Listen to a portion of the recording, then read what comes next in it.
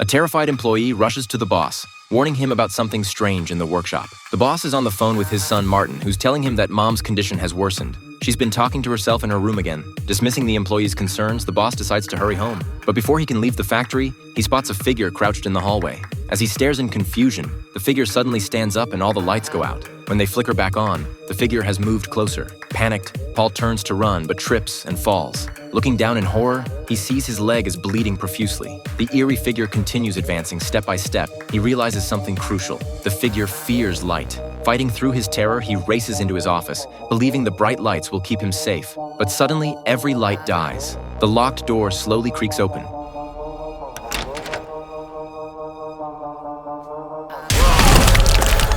After Martin's father dies under mysterious circumstances, Martin again hears his mother talking to herself at night. When he checks on her, she seems to be having a conversation with someone. Curious, he peers into her room but sees only darkness. When he asks about it, his mother deflects, urging him to go back to bed. As Martin turns to look at his mother again, a sinister shadow appears behind her. Terrified, he races back to his room and dives under the covers. The hallway lights go out. Footsteps approach. His doorknob begins to turn. Thankfully, it's locked. Somehow, the boy survives the terrifying night. At school the next day, he's exhausted and unfocused. With his father recently deceased and his mother suffering from mental illness, his teacher calls his sister, his half-sister as it turns out, who doesn't live with them and isn't fully aware of the situation. But Martin refuses to stay in the haunted house and asks to stay with her. While packing, he hears that eerie sound again. The shadow lurks behind the door. Martin grabs his sister and flees. He thinks the nightmare is over, but the shadow follows them to his sister's place. That night, she wakes to strange noises. A dark figure stands in her doorway. When she turns on the light, it vanishes. As the lights flicker, the shadow appears and disappears. When she tries to get a closer look,